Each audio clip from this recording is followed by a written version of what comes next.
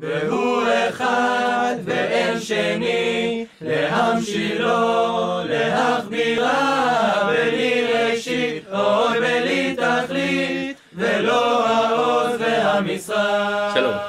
This week's parasha, Parashat Bamidbar, is filled with numbers, counting and counting again, counting this and counting that. I want to point out one difference between the different counts. The first chapter of Sefer Bamidbar, the first chapter of our parasha, deals mainly with the counting of Bnei Israel for one purpose, going to the army, and goes tribe by tribe, number by number, telling us how many soldiers in each tribe till it gets to the sum total at the end of towards the end of the first chapter. 600, 3,550 soldiers worthy of war. But the Leviim were not counted within him.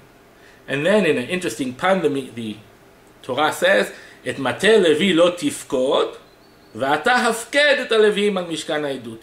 You shouldn't count them, but rather you should forward them or submit them to working in the Mishkan. A very clear distinction is made in the first chapter. There are those who fight, and there are those who are in charge of the worship. Those who are counted for war, and those who are counted, the Levim, for working in the Mishkan. The second chapter gives us a totally different view of the same count. Again, it goes through the numbers of each tribe. Again, it tells us how many soldiers are in each tribe. But yet, it doesn't make the very clear distinction between warriors and worshippers. Everybody is claimed as worshippers. It tells us where each tribe lives. Ish al diglo beotot levet avotam yachanu bnei Israel. Mineged saviv laoel moed yachanu. Every man of the children of Israel shall pitch his own standard with the ensigns of his father's house, far about the tent of the meeting of that they pitch. Each one of the people of Israel, each one of Am Yisrael, might be a soldier, but he's there surrounding the Mishkan, surrounding Oel Moed, surrounding the tabernacle. He's not separated from it, like in the first chapter, where you have the warriors separated from the worshippers. Even the warriors are the outer circle protecting the center being the Mishkan.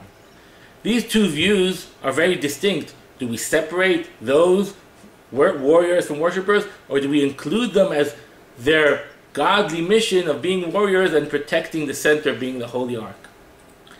In our life as well, we can view ourselves in these two ways.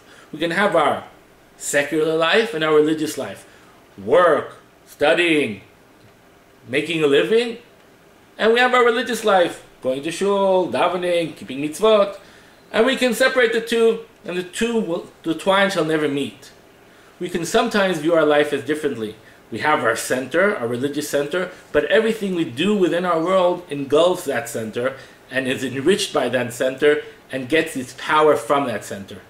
Sometimes we find ourselves in chapter 1, separating our two lives, separating our two visions, our secular and our religious.